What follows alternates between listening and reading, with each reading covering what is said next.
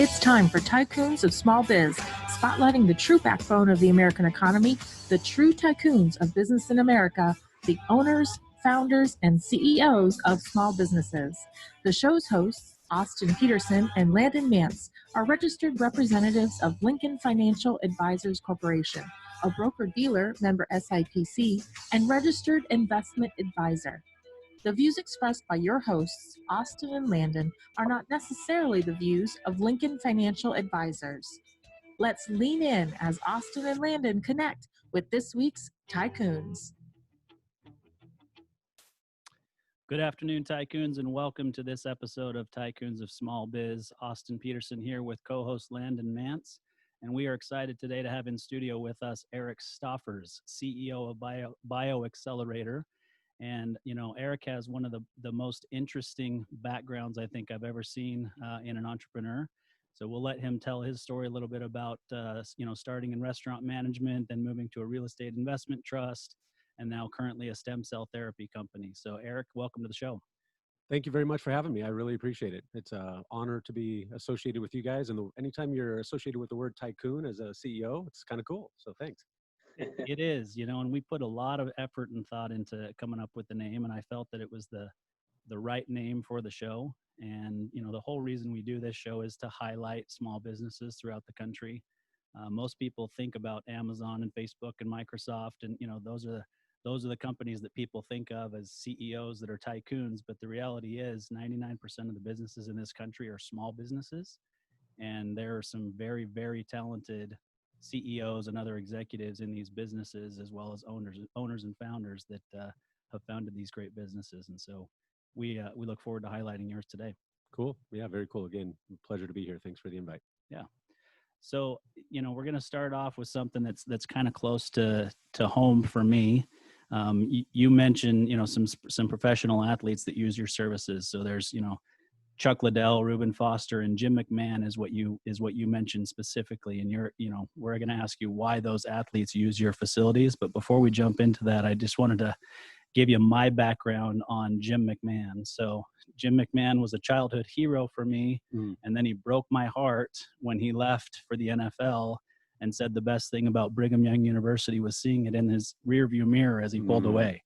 And so, he broke my heart, and then he's kind of redeemed himself and actually graduated from BYU a couple of years ago. And so they put him into the Hall of Honor and those sorts of things. So, it's kind of close to home for me, and he's here in the local area. But, let's start with that. I mean, why are so many professional athletes using your services and going to your facility? Yeah, cool. Good question. So, it's a whole host of different reasons for the individual. The players that are at the top of their game, and I'll do a little bit of name dropping where I can, where they've allowed us to release their names. But, guys like Henry Cejudo, who's also a local guy. He's a double UFC champ, they call him because he has 2 belts. Pretty remarkable.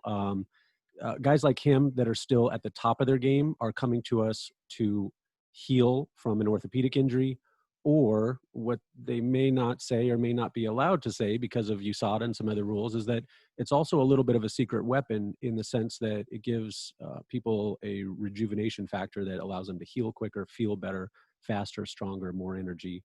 So the UFC fighters specifically like to come to us before their camp, pre-fight, to get through their camp. And some of them, people like Chris Cyborg, who is also I think the only woman that's had 4 belts in 4 different promotions in her lifetime. She will tell you that it's the only camps that she's been through that she didn't have a nagging injury. And these guys are all, really beat up. So for those guys that are still at the top of their game, there are different reasons. For people like Jim Mcmahon, it's, and he has a very well documented history of concussions. And so this is nothing that he won't tell you himself or hasn't been pretty well publicized. But we have a proprietary protocol where we inject into the spinal column. It's an intrathecal injection of mesenchymal stem cells. And our thought process is that it's going to do the same thing that it does with neurological conditions. And so while we treat people with like Jim Mcmahon for potentially the slowing of the progression of CTE, and I say it that way because we really don't know is the truth. CTE is one of those things that is so new and typically only diagnosed post-mortem. So the thought process is that if we can treat guys, and I'm again a little bit of name dropping where I can, but Matt Hughes, who is also a former UFC champion, who had this very well documented train accident where he was left in a condition that most people just are vegetables from. We're treating him for a neurological condition and seeing big improvements in motor function and all sorts of neurological function. So the thought process with a guy like Jim is that it'll help slow the progression of CTE. Now, CTE is probably already set in from the multiple concussions, but if it can help him either be relieved of potential symptoms that he's seeing, like maybe mood swings, or that's for him to tell you. But if it can help alleviate those now, and then maybe potentially alleviate them getting worse in the future, that's why guys like Jim come to us. Yeah.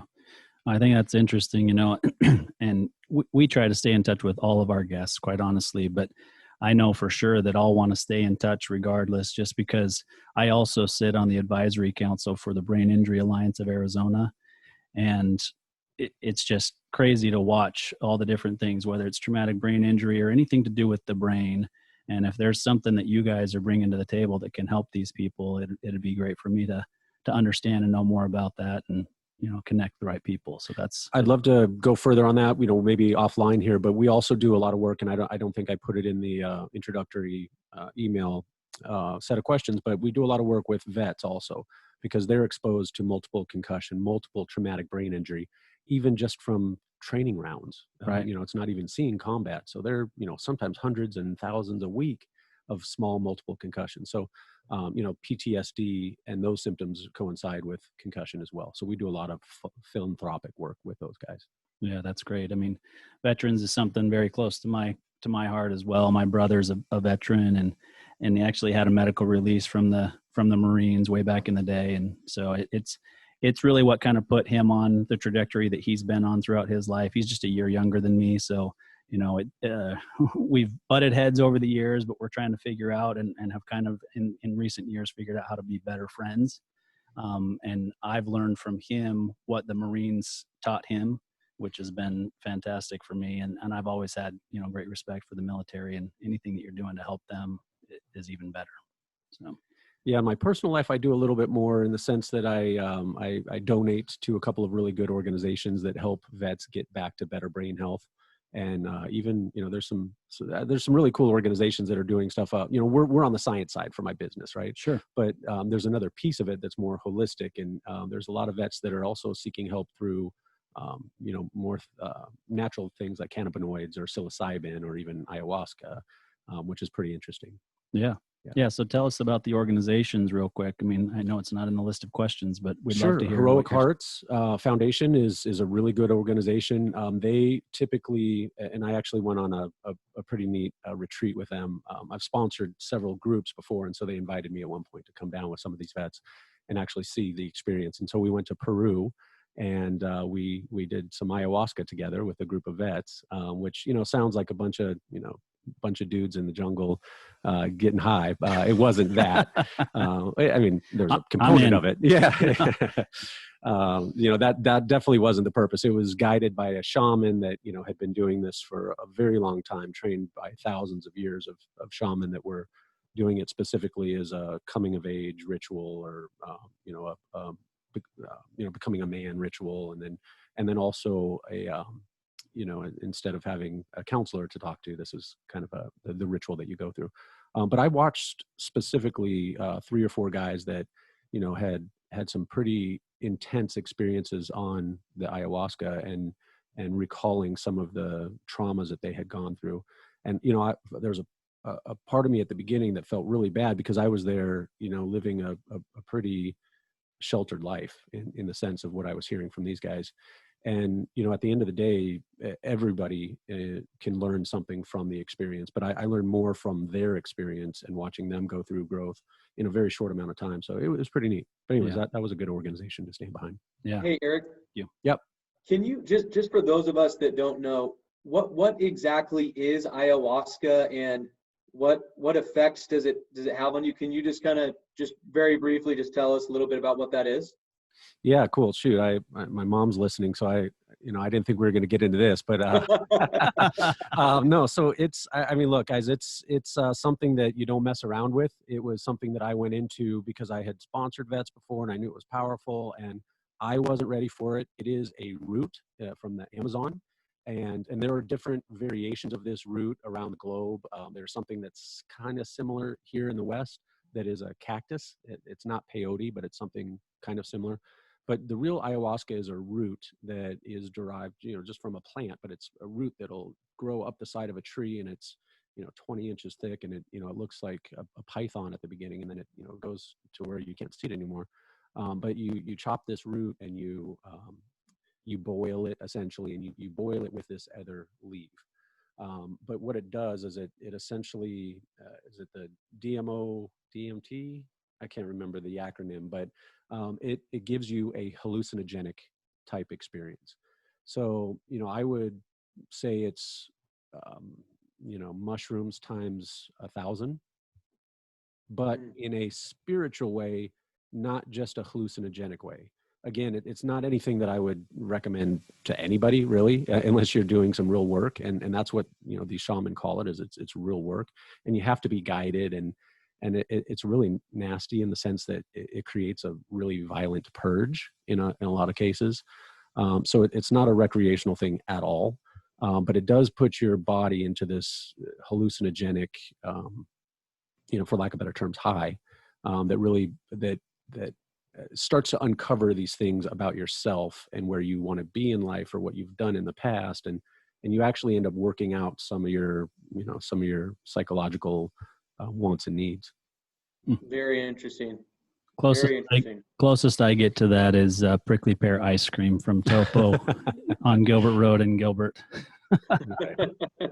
It creates a nice feeling for me. I mean, I go there once a week with my daughter because I love it so much. But yeah, no, I think that, it's one of those things where there are these different types of roots and so forth that are out there that can have benefits, right? And it's like you said, it's not about recreational use. It's about what it's going to do to help these guys overcome the trauma that they've lived through and different things that they're dealing with on a daily basis. So yeah, no, I think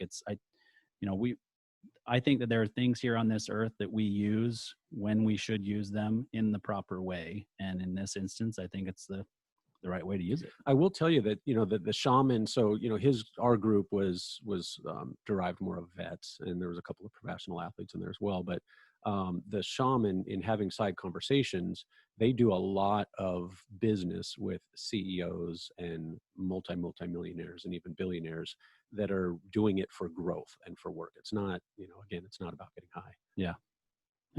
Thanks for sharing. Yeah. Interesting. Yeah, I'm sure we could have a lengthy conversation about some of your experiences there. But speaking of experiences, Eric, you've had some really interesting things that you have built and been a part of in the past. And I know that we're all excited to hear more about what you're doing right now, but maybe spend a couple minutes and just tell us a little bit about your entrepreneurial roadmap and, what you've done and built and kind of how it led you to where you are today.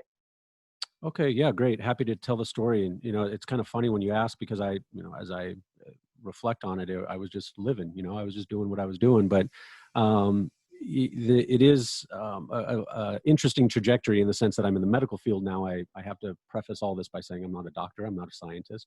I'm a business guy. But yeah, so in the early years, and I'm a Phoenician, born and raised, or Zoni, depending on, whether you've been to San Diego recently and been yelled at. But so born and raised, my parents, one of them is born here. One of them was from California, but I don't know if that makes me second generation or not. But either way, went to NAU, cut my teeth in the restaurant and bar industry, started my first job as a busser. Actually, I think in one of my bios, I joke and say I've been an entrepreneur since grade school, when I was selling garbage pail kids in trading cards in the, on recess, which, by the way, I still have a stack of. I went through the garage the other day. It was pretty interesting to look back at, if you remember those. But so the restaurant bar business is really where I spent the early part of my career. Started bussing tables, moving into serving, and then bartending, and then managing, and eventually took on some more corporate roles, and then started a consulting role as well, where I was opening up more restaurants around the country. Worked with a good local chain here, PF Chang's was a big part of that organization for a while.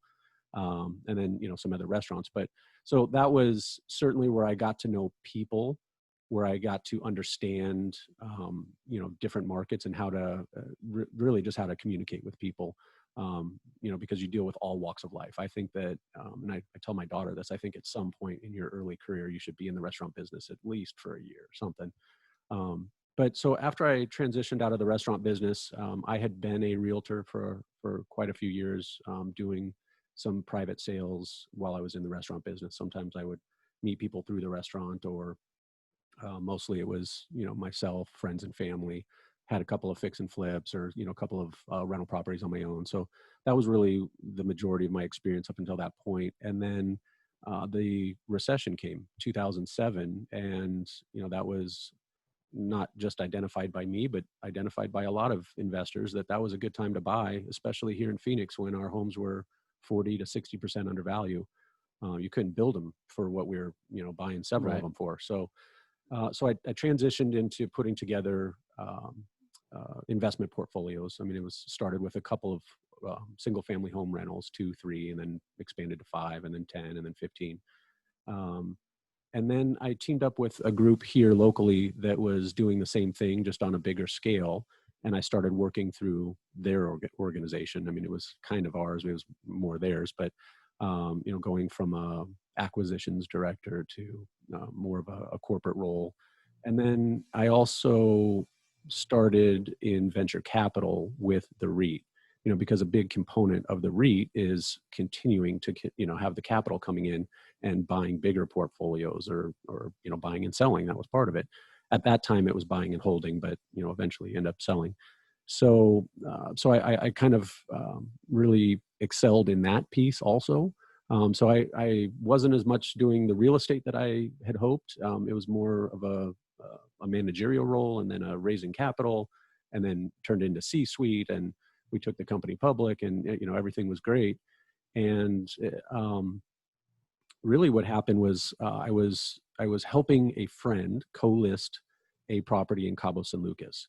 And it wasn't my listing, really. I was helping with marketing. Really, that's what he came to me. It was a local guy here. He said, "Hey, I've got this property. It's a $25 million property in Cabo San Lucas in the East Cape. Used to be pretty famous with presidents and dignitaries, and there's a big fishing expedition there. But it needs a lot of work, and we're really kind of getting beat up by the Starwoods of the world. When we're asking them for 25 million, and they're coming back with 5 or 6 million, and and this family had it in their portfolio for 40, 50 years, and it was something they were emotionally attached to. So thinking outside of the box, we started looking into what at that time was starting to be more of a hot button, especially being in a border state like Arizona, and the term was medical tourism. So there were all these medical tourism conversations starting to happen that, that I thought, well, hey, maybe there's a group of dentists or plastic surgeons that might be able to take down this property together and do some work, and it could be a medical tourism destination. Let's start marketing to those guys. So it was really just kind of a marketing thought, thinking outside of the box. And we came across this group that was doing stem cell therapy, and they were very interested in partnering with some other people for a medical tourism destination. And, at that point, the only thing I had heard about stem cell therapy was in the, maybe early 2000s with George Bush, and how he kind of put the kibosh on really exploring the real high level research because of the embryonic stem cell and the source of it, and the controversy behind that. And that was really all I knew. Luckily for me, I got to be a part of these scientists and their due diligence in our property, but it also allowed me to do some due diligence and have some cool conversations about what is stem cell therapy. And as I dug deeper and deeper and deeper, and got to be a part of some of their patients' testimonials, and this was through one of my due diligence trips to their facility. I just happened to be there with some patients that were really raving about the remarkable results. And, there was a family where the daughter was crying and hugging one of the doctors and saying, you saved my dad, you saved our family, because, we didn't think we are going to be able to talk to him again. Now I think there's some hope, and I don't even know what he was suffering from, but it was just, that scene was remarkable to me, and it kind of, it tugged on my heartstrings a little bit. And that property didn't work out for them. But over the next, I don't know, maybe 18 months or so, they were saying, hey, we kind of need a business guy to help us. Hey, what do you think about this? And, so we just had these other little meetings, and they were soliciting me to do some work for them. And eventually, over time, I became as enamored as anybody else could be. And I left the REIT and, had to give up my ownership interest in it, and joint ventured and went off and started what we call Bioscience Americas, which is DBA Bio Accelerator. So that's kind of how I got here. Yeah, it's a cool story. What do you think, Brenda? What's your next venture? Stem cell cloning? It's pretty tough. I wouldn't recommend it, especially if you're going to be a competitor of mine. Yeah, no, I think we've learned already that Eric would squash you like a bug. Yeah, I think so. I think for starters, Eric, tell us just what is stem cell therapy, and what exactly are you doing right now? Just break it down for us lames. Yeah, I wish I had one of my patient advocates to answer this question. They do this every day, all day, but there's just so many different perceptions of what stem cell is. So the basics are this: we all have stem cells in our body.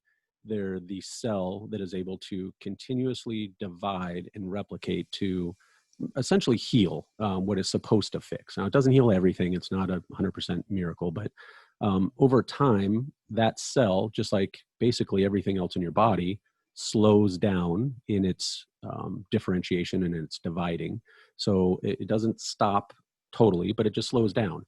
So what we are able to do with the high level and the advanced stem cell therapy is give high doses of a very specific stem cell to treat a very specific injury, whether it's orthopedic or neurological or autoimmune disease. But we are able to essentially help your body by injecting millions and millions and millions of more fresh, and I'm using kind of layman's terms to make it easy, but the most potent stem cells on the planet to help your body heal itself. And really what they do is they signal your own body to stimulate more repair within your body. Your body is still the miracle of it all. So simplistically, that's it. There are a lot of different variations between what's going on in the US and what we're able to do offshore. My clinic happens to be offshore, even though we're based here in Arizona. Our administrative office is here, our corporate office is here. But unfortunately, the highest level advanced stem cell therapy, it can only be done offshore unless you're in the collegiate, the university setting under a clinical trial, which by the way, we do that also. But in the clinical trial setting or just research setting, which is usually with animals, not with humans. Yeah. So I want to get into that a little bit more, but let's take a quick break for a word from our sponsor, and then we'll talk a little bit more about offshore and why, and learn from there. Very cool. At Paylocity, we deliver more than our awesome product suite with crazy good reviews. We prioritize your success by covering you with a deep support system to back up our easy-to-use, innovative HR solutions. Everything we do is designed to support you in reaching your goals. Together, we tackle your day-to-day work so that you can spend more time building the culture you and your employees crave. For professionals who crave true partnership, Paylocity is the HR and payroll company that frees you from the tasks of today, so together we can spend more time focused on the promise of tomorrow. Let's go forward together. All right, welcome back. So right before the break, you talked a little bit about offshore stem cell therapy being a little bit different than what's in the U.S. And you guys are offshore and you're in Colombia. So tell us, why Colombia, and then give us a little bit of difference between, stem cells in the U.S. and offshore. Okay, yeah, perfect. So I think the question why Colombia is perfect to start with, because a lot of people that are researching stem cell, and the ones that are researching it and already have an understanding that really they have to go offshore for the best, not just bang for your buck, but just really the most advanced therapy. Some of their first questions are, why Colombia? And, a lot of people think that it's because of deregulation, and it's actually the opposite. So Colombia, as we were identifying targets, and, we wanted to be in the Western Hemisphere. Mexico was a huge target. Obviously, being from Arizona, it would be a stone's throw away. It would be perfect for us. People from the U.S. are typically a lot more comfortable going to Mexico than they are Colombia, which if you look at the murder rates and the crime, that it's actually not really a good idea. But, we all, as Americans, we have the perception of Colombia, especially the city that we're in, Medellin, which most people would say Medellin, but the locals call it Medellin. But we know it because of Pablo Escobar and because of what you see on Narcos, and which was very, very true, a big part of their history. And Sure, you can't run away from it. But what I did find as we were identifying targets is, we're looking at some other countries in Latin America, Argentina, Chile, Colombia, and then Mexico. And as we were digging into the regulatory piece and the medical system, there isn't a country, maybe outside of Cuba, that has a better medical system than Colombia. And I think part of that, as I now understand it better, I think part of it was because of their violent history. There was a point where they were a war zone essentially for decades. And so they started off having maybe some of the best surgeons in the world, which ended up going and training surgeons all around the world. And then surgeons that wanted to be trained went to Colombia. But then their medical system just grew from there. So they have in the city of Medellin, which is about 5 million people, they have, I believe it's 5 or 6 level 1 trauma centers. And to give some context to that, there might be one of those here in Phoenix. There might be 3 in New York, city of 12 million. So it's a robust medical system. That was what really started standing out as we were looking at, it came down to Mexico, Colombia. And then the regulation with COFEPRIS in Mexico was actually much more, I don't want to use the word, but it was kind of more corrupt. It was filtering to the top pretty quickly what we were going to have to do to be an operating clinic.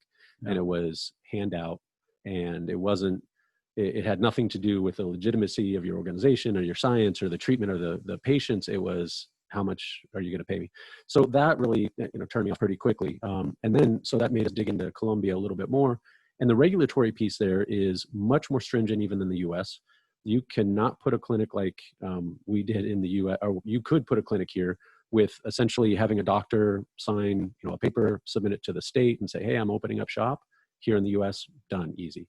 This was, for us, it was 600 pages of documents. It was 6 months of vetting. It was very, very robust. But they have a very progressive outlook at stem cell. And so they have actually regulated further than the FDA. So it's not about deregulation. It was actually just better regulation. And so what the FDA has done here in the US, it's not legal or illegal. It's just not defined. It's not defined well enough for high-level science, meaning there's a Health and Human Services Code within the FDA. It's, I believe, Part 1271, something like that. And they say that you can do minimal manipulation to the cellular-based compound. And then that refers to like bone marrow or stem cells. And they don't define the word minimal. And so for us in the business of doing advanced therapy, we don't know what that means. Put it in a centrifuge or enzymatic breakdown or culture expansion. But we know what we do is much further past minimal manipulation. So what we're able to do offshore is more than minimal manipulation. So we're able to take a single stem cell and multiply it to be hundreds and hundreds of millions so that it's more potent. Where in here in the States, we are really only allowed to take a stem cell from your body and re-inject it into a different place. So it's not growing it, it's not expanding it, it's not making sure that stem cell is viable, it's just repurposing it, so to speak. So that's a major difference. In your opinion, why do you think it is what it is like that? Wow. So yeah, really good question. There's a couple of levels. I mean, from where the regulatory piece started with what I mentioned previously, where George Bush kind of slowed it down because of the controversy of the embryonic stem cell. Totally get that. The way things were going, we needed to kind of pump the brakes. So I think that was a piece of it, but really, and I don't like putting this out in the universe too much because it's a fight I don't want to fight, but the U.S. medical system specifically is run not by preventative medicine, but by treating symptoms. And, big pharma is slowing this down. I mean, they're investing hundreds of millions of dollars in lobbyists to slow this down over the last couple decades or decade or so. So, I mean, really, it comes down to that piece. That, and this is not medicine. It's a combination of very high-level science and then the application by medicine, by medical doctors. And honestly, there's not a lot of medical doctors in the U.S., and no fault of their own, but they don't know enough about it. But what I get a lot of from doctors here in the U.S. is they say, "Oh yeah, stem cell is great. It's, I read a couple of journals on it, and man, it's the future of medicine." But they don't know that it's actually happening now. And I don't blame them, because, doctors, especially if you consider these guys to be the best in the world or the best in the US, they're typically not young guys right out of med school. So they've spent the last 20 years in practice, probably, just doing a great job and every day focusing on that. And then their continuing education is in their specialty. It's not stopping everything they need to do with their specialty, backing up and going to a scientific level, and then going to get a PhD. So they really just, they don't know how quickly it has advanced. So we don't have the support. It's, a 50-50 support structure with doctors. A lot of doctors say, "Oh yeah, it's future medicine." And then some of them say, "It's snake oil. It's, it doesn't work." But it's just because they've had a bad experience and they don't know what they don't know. So what you're telling me is that lobbyists and politicians ruin everything. I mean, that's what I took from it. I don't know about you, Landon, but that's what I took from it. Yeah. Maybe I'm just, I tried to tiptoe on that this. one. I was talking with my practice coordinator before our call, and we did, just a few minutes of research on it, because I don't know anything about stem cell, the work that you're doing. But I said, if it's something that's probably outlawed, it's because the powers to be, they don't want to get involved in it, or they see it as a threat. So they're gonna do everything they can to prevent it from becoming a thing. So I think we're all on the same page here. Well, and the other thing that I took from that is, if you don't know this, Sofia Vergara is from Medellin, Colombia. And so it's quite possible that she's 85 or 90 years old, but because of the stem cell treatment, she looks the way she does. Right. So, Landon, you want to go with the next question? Yeah, definitely. So, as two guys sitting here learning a lot of this, firsthand from you, help us and our listeners to understand, what sets Bio Accelerator apart from people that are doing what you're doing in other places, other countries, other clinics. So there's a couple of things. One of them is one that I don't think any other, if I was to give you the top 5 clinics in the world, and I would put us in that same handful of people, I don't think any of them would talk about the experience that we give to our patients, the bedside manner, and the overall service aspect. So that's one of the things that I know for sure none of our competitors have. And I don't like to highlight that first, even though I'm doing it now, but really the science is the first thing that we need to talk about. And there are other clinics that have essentially our same science. Our main competitor in Panama, who is, a brilliant guy and been around for 12 years, much longer than us, which we have a relationship with. We know we have the same science. We have the same scientists. We have the same type of laboratory. We have the same basic essential treatment from the stem cell perspective.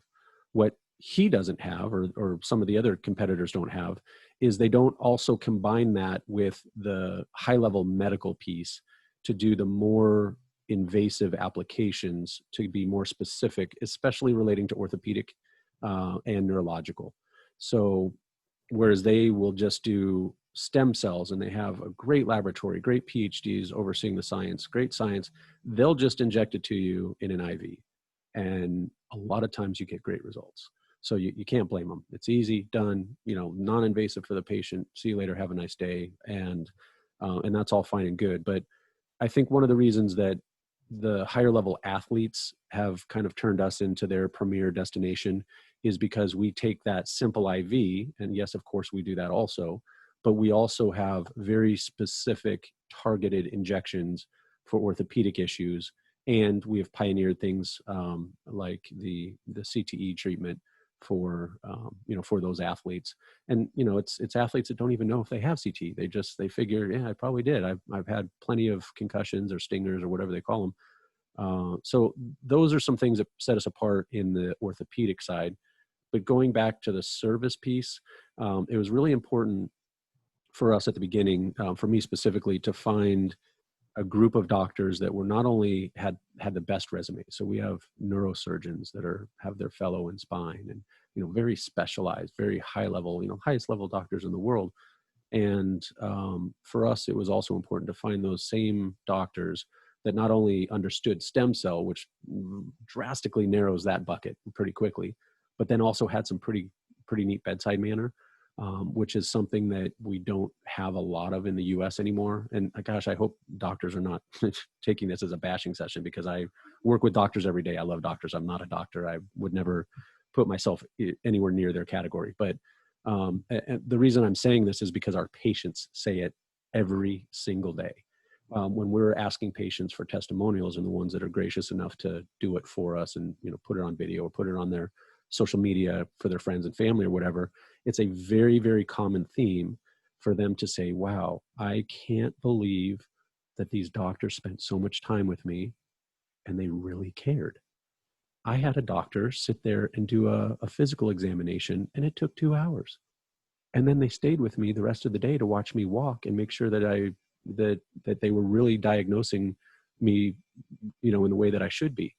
And so that's a common theme. And we also have it with professional athletes. And I'll tell the story about Chuck Liddell, who is, a mixed martial artist. He's retired now, but maybe one of the most recognizable UFC fighters of all time. He came to our clinic, him and his wife Heidi and their kids, great family.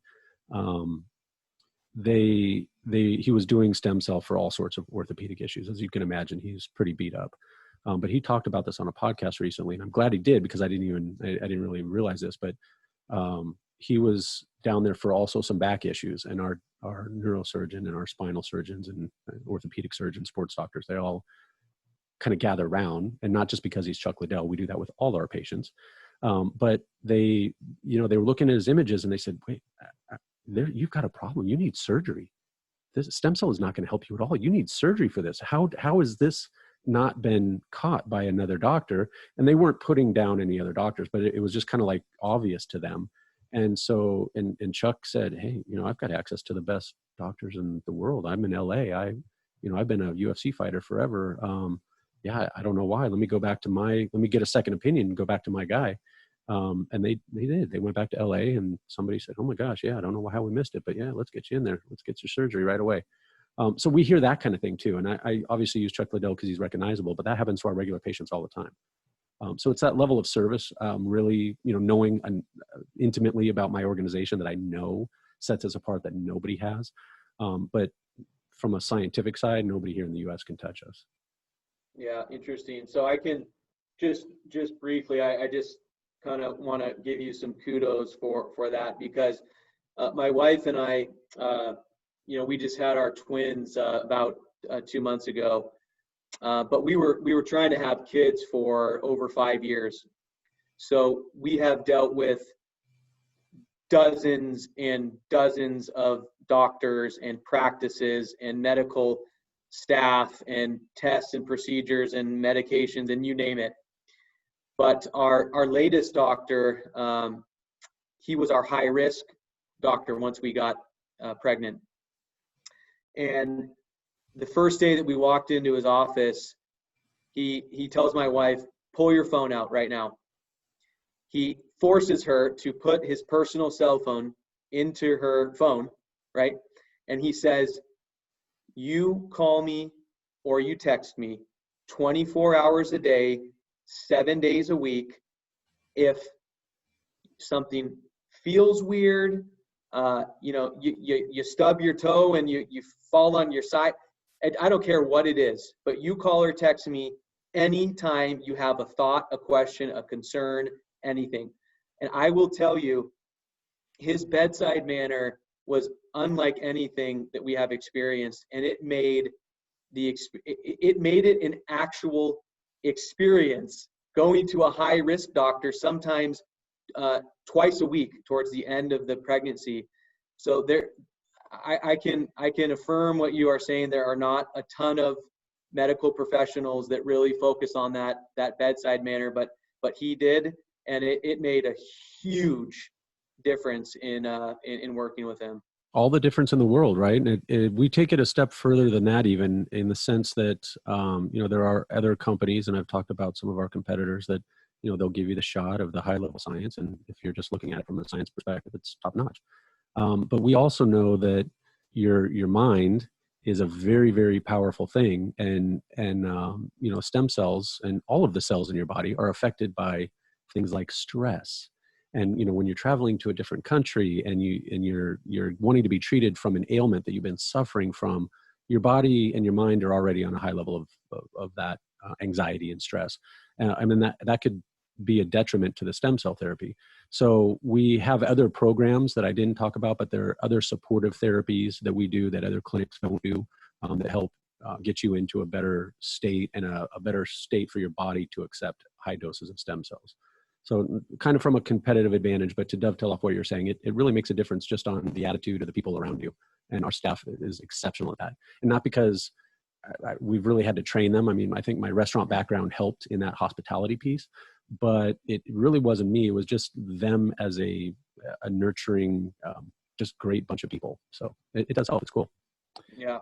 Yeah, I mean, the science is the science, right? And Landon, you may have thought of this too, but it just reminds me of, what Landon and I do for our day jobs. The products are the products, right? When you're doing financial planning, ultimately there's going to be a product sale typically at some point, but it's really about how and when to use that product and about the plan that's utilized to get you to that point.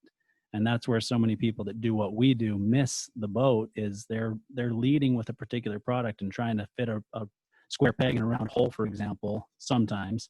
But if you start with the plan, build the plan, that you're going to provide excellent service along the way, and then the plan leads to a product sale that's completely unbiased, it's a different kind of an experience that clients get at the end, right? And you're doing the same thing, whether it's IV or, the other ways that you guys are using it. You're listening to the client first and figuring out what's best for them, and then employing the science.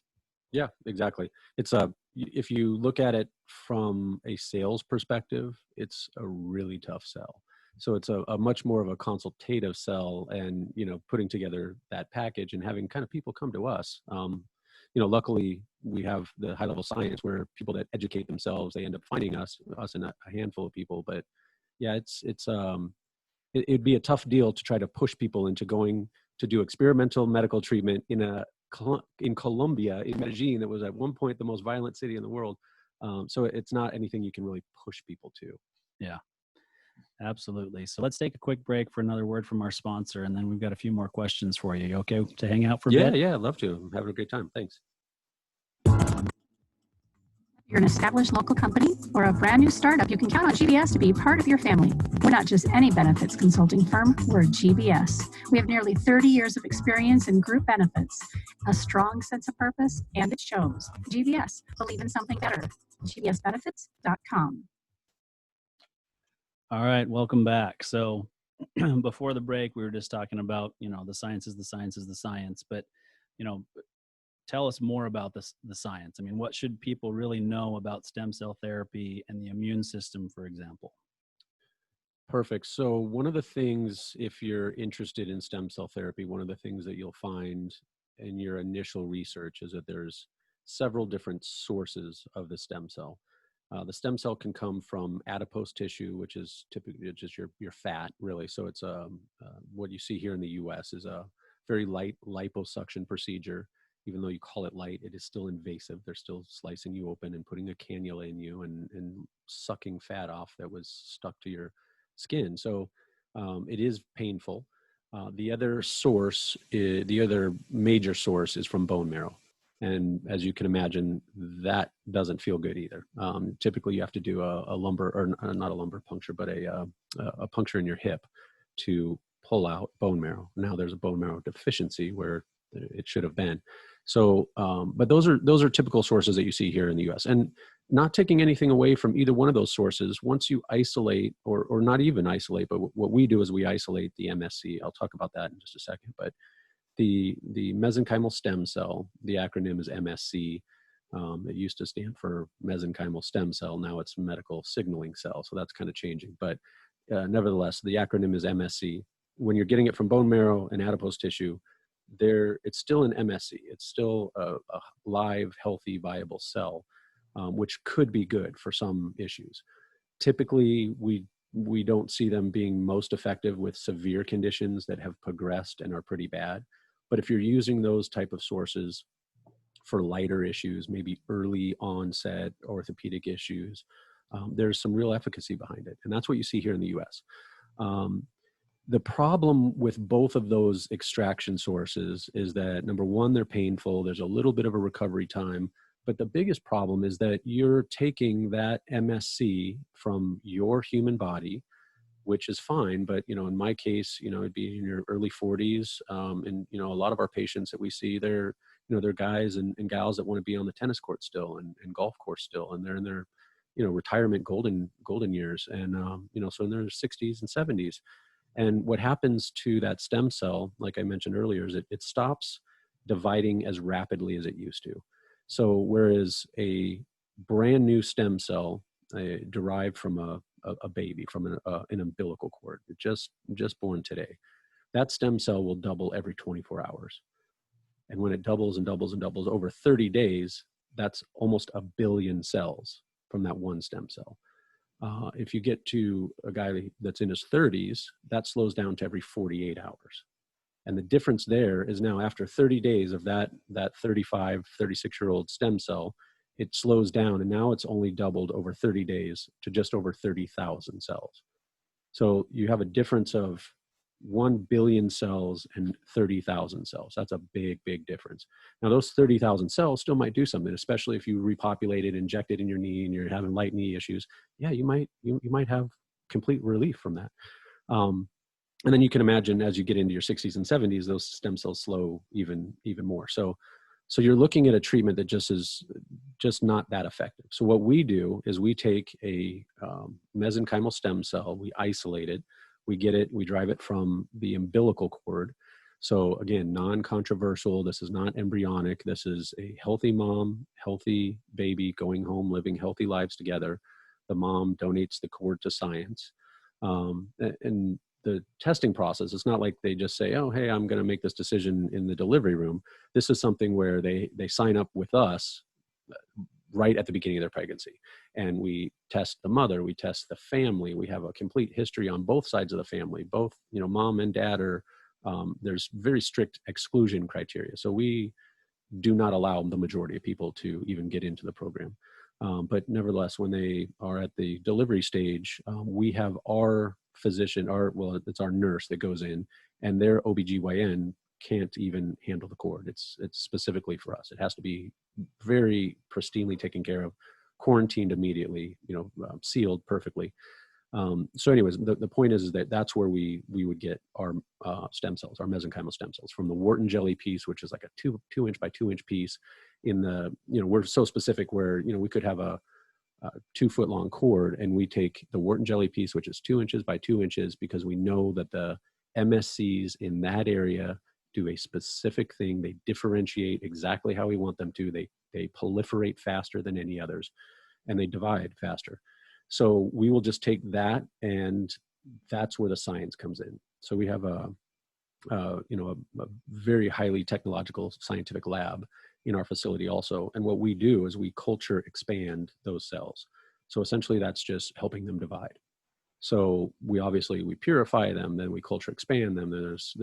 I'm simplifying it. Number one, I'm not a scientist. Number one, it's, you would bore people to death if you went into the specifics, but that is the main difference. So that's where we get our stem cells. Yeah. So the process, right? What do you think, Landon? Yeah, interesting.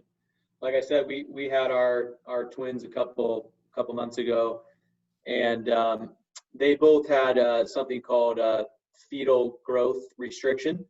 So when they were born, they were really, really small. And my daughter was significantly smaller than my son.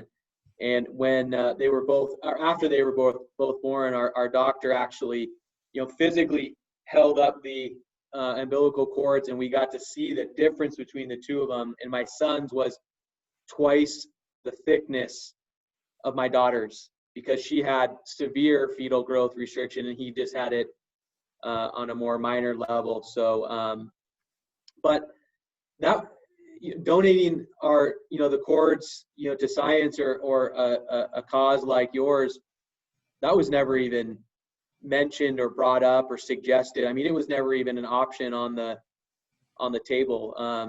How do people even know to want to do that? I mean, how does that get presented as an option? We have affiliations with major hospitals, and we kind of, we know the exclusion criteria already. So, folks, unfortunately, in your position would have been excluded because of the preemie aspect. But, we'll have, if people early on in their pregnancy are looking to fit some of our inclusion criteria, then they will be presented the opportunity. And what we do as a benefit to them is we offer to take those MSCs from their particular child and expand them and store them for them. Yeah, interesting. So as we kind of press up against the end of our conversation, which has been super interesting, at least in my point of view. So tell us, how does what you're doing, is there any overlap to, the global pandemic that we're in right now? Does stem cell therapy, anything that you're doing in regards to your stem cell work, does it have any effects, for COVID-19? Yeah, the cool thing about stem cell is, so we end up seeing a lot of our patients, obviously they're coming to us that they've been living with pain for a long time. They're treating some type of issue. We also have the billionaire club and the multi-millionaire club and some actors that you would recognize, that I can't talk about, but they've been doing it for anti-aging and rejuvenation for a lot of years. At our facility and others, but definitely at our facility, we see it all the time, where it's part of their yearly regimen, even though they're healthy. And the reason for that is that mesenchymal stem cells help modulate the immune system. It upregulates or downregulates depending on what your body needs, but that the immune modulation is the first thing that MSCs do. They attack inflammation and they stimulate growth and repair, but they modulate your immune system. So we have been seeing an uptick in our inbound calls. And it's people that have kind of educated themselves or heard something about it or already knew about it and say, hey, can we do this? I either had COVID or, I want to try to boost my immune system to try to prevent it. Or maybe if I do get it, it won't be as bad of symptoms. MSCs also happen to be very, very good for the pulmonary system. So those two things in conjunction, we're seeing an uptick in people that are seeking it out. But from our perspective, from a scientific perspective, we're not going to make any grandiose claims that, yes, it's going to cure you from COVID, because of course it's not. It has nothing to do with COVID. It would be from the comorbidities, potentially. It would help upregulate your immune system. But what we are doing is we're participating in several clinical trials for, things like CTE and some of these other things I mentioned, but specifically for COVID-19, there's a comorbidity, and I think it's the leading cause of people dying from COVID, and it's ARDS, acute respiratory distress syndrome. So we're doing a clinical trial in Colombia. We're also participating with a couple of groups, one in Argentina. Our scientific advisor at the University of Miami Dr. Correa is a MD and a PhD. They just got the same clinical trial approved through the FDA to treat for ARDS for patients with COVID who are ventilated. Very, very early on, we've seen some remarkable results, but it's such a small study. You don't want to get too excited about that. There have been some studies in China because they obviously were ahead of us in the pandemic. So there were some studies with ARDS, COVID, and stem cells. Also very remarkable results where 10 out of 10 patients came off of ventilators, people that were basically given a death sentence, came off of ventilators after having stem cell therapy. But, 10 patients is a pretty small study. So what we do know about the stem cells is it's great for the pulmonary system and it upregulates the immune system. So, the hope and the dream is that, this will help some people with either the precursor or, the people that had COVID and are potentially having fibrosis or some type of lung issue because of it, or maybe help the symptoms be a little bit less, if they do get it. So the real question is, as a guy who likes to do Ironman races, can you guarantee that I can qualify for the national championship with stem cell therapy? Absolutely not. No, I wish I could. Yeah, there's definitely no guarantee. It's like any other medical treatment, and it's, quite frankly, it's experimental. So there's no guarantees at all. But, it doesn't have the side effects like pharmaceuticals. So it's better than cortisone. We have a lot of athletes that's a temporary thing. It helps. It's great, but it ends up causing really severe arthritis. So yeah, I've had a few cortisone shots in my day in different injuries, and so I can see the benefit for sure. Ironman, that's strong. That's tough. Half Ironman. Oh, okay. Yeah, I'm only half of a man, so it's one of those things that kind of keeps you in shape a little bit later in life, and that's actually been one of the toughest things with everything with COVID-19 is not being able to get out and train the way that I wanted to. And my big thing actually right now, not to talk about me, but is I would love to go on American Ninja Warrior. Oh, very cool. And there's a gym in Gilbert where I live that helps you train for that and do all those different obstacle courses. And of course, it's closed with COVID-19 and has been for several months. So I just continue to get fatter and balder. The balder has nothing to do with COVID-19, but we have a lot of great results with stem cell and hair too.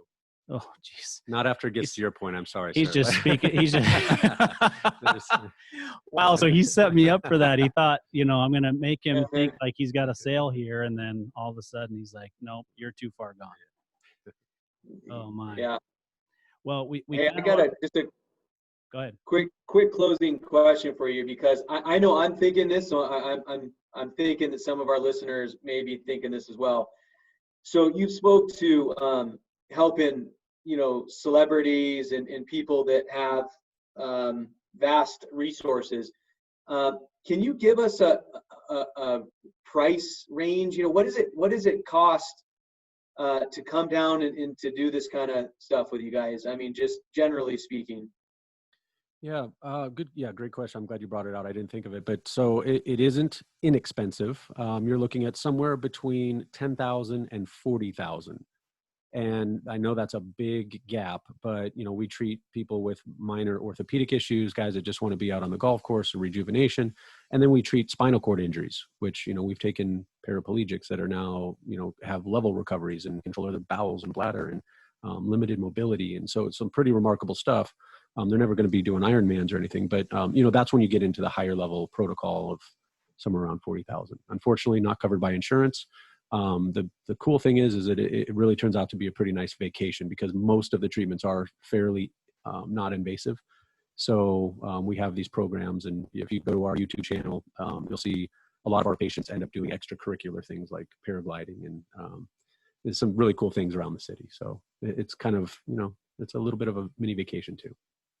Do they do any digging for Pablo Escobar's money? No, but they go on the Pablo tour, where you can go see the jail, and he has they have a rhinoceros. They're being overrun by rhinoceroses now in South America, or in Colombia specifically, because he brought them from Africa, and now they're just multiplying. Now it's a thing there. Now they're almost indigenous. Wow, that's crazy. That's one thing I didn't hear about with his story. So that's interesting. Do we have enough time to give a little present to you guys? I know typically I'm super appreciative of the time you've given here. Usually I bring like a little coffee mug or something to to remember us by, but now, and I never thought I'd be doing this, but I have masks. Huh. So we did donate Absolutely. a bunch of masks to first responders here locally. And Thank you. the same mask that you probably saw Chuck Liddell and Henry Cejudo and those guys wearing recently. But so when you're out there, be safe with Bio Accelerator. Yeah, no, Shameless plug there. No, Sorry. no, thank you very much. This is a very nice mask, and that comes from a guy whose wife and daughter have made over 1,000 masks over the last couple cool. of months. Yeah, very cool. Good. and not for profit. It was for donating to refugee programs and so forth. So it's been a fun project for my wife and daughter to do together, which has been awesome. But we'd be remiss if we didn't let you tell us, how we find you, right? You mentioned the YouTube channel, so mention a few things on how people can get in touch with you and learn more about Bio Accelerator. Okay, yeah, perfect. So our website is BioXcellerator. It's BIO and then a big X accelerator.com, BioXcellerator, BioAccelerator.com. But the YouTube channel, I think, is where you'll get a really good flavor of who we are. You'll see our patients, you'll see the safety and efficacy of the treatment. You'll see the laboratory. You'll see everybody gowned up, and you can tell that it's a very high-level organization. And then you'll see some of the fun side too. You'll see our patients having a lot of fun, patients having fun together, our doctors, our nurses. So that'll be a better flavor for who we really are as an organization. So I say our YouTube channel is good. Catch us on social media, #BioAccelerator. We have a little kind of a movement that started with some of our celebrity athletes, BioX men and BioX women. So a lot of times you'll see them wearing the shirt and being strong after their stem cell. Very cool. Yeah. Well, I've learned a lot and I've enjoyed the conversation. I think that, what you guys are doing is important for a lot of people, maybe eventually for everybody, right? Hopefully. And we've learned some really important things here. And for me personally, just your journey and what you're doing and how you're passionate about it, that's what kind of shines through for everybody. I tell people all the time, do what you're passionate about and find a way to make money doing it, right? And it's not always possible, right? But you do the best that you can. And if you do find something that you can be passionate about, then it's going to come through in what you're doing, and it helps you build a nice business and do something good for your community. So thank you very much for being here. Thank you for the invite. I've had a great time. Thanks, guys. Yeah, thanks a lot, Eric. Really enjoyed it. Absolutely. Thanks.